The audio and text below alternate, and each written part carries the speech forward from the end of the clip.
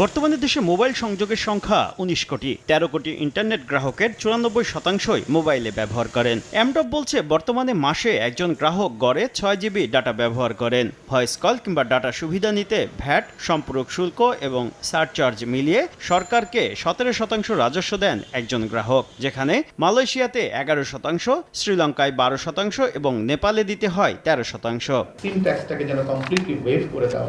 ১৯৯৭ সাল থেকে এ পর্যন্ত ১.৫ লাখ কোটি টাকা বিদেশি বিনিয়োগ এনেছে ৩ বেসরকারি মোবাইল অপারেটর।